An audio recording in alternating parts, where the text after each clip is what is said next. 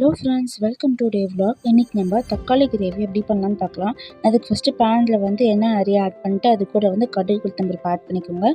அது கூட பார்த்திங்கன்னா நான் தக்காளி ஒரு 10 போல் இருக்கும். அது கூட ஒரு 4 பச்சை மிளகாய், கருவேப்பிலை ஆட் பண்ணிக்கிறேன். இதை நல்லா கலந்து விட்டு இது கூட இஞ்சி பூண்டு பேஸ்ட் ஆட் பண்ணி நல்லா மிக்ஸ் பண்ணி விட்டுக்கோங்க. நம்ம மிக்ஸ் பண்ண இந்த அளவுக்கு அதுவே தண்ணி விட்டு நல்லா இந்த மாதிரி கிரேவி மாதிரி ஆகிடும்.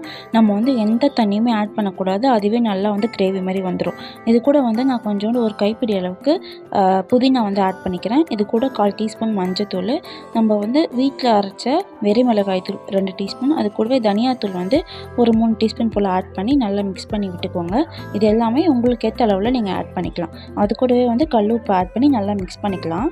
இப்போ பாருங்கள், கிரேவி ரெடி ஆகிடுச்சு. ஒரு 10 நிமிஷம் போல் ரெடி ஆகிடும். இது கூட கொத்தமல்லி ஆட் பண்ணி இறக்கிடலாம். அவ்வளோதான். இந்த தக்காளி கிரேவி சாப்பாட்டுக்கு ரொம்பவே நல்லாயிருக்கும். நீங்கள் ட்ரை பண்ணி செஞ்சு பாருங்கள். கண்டிப்பாக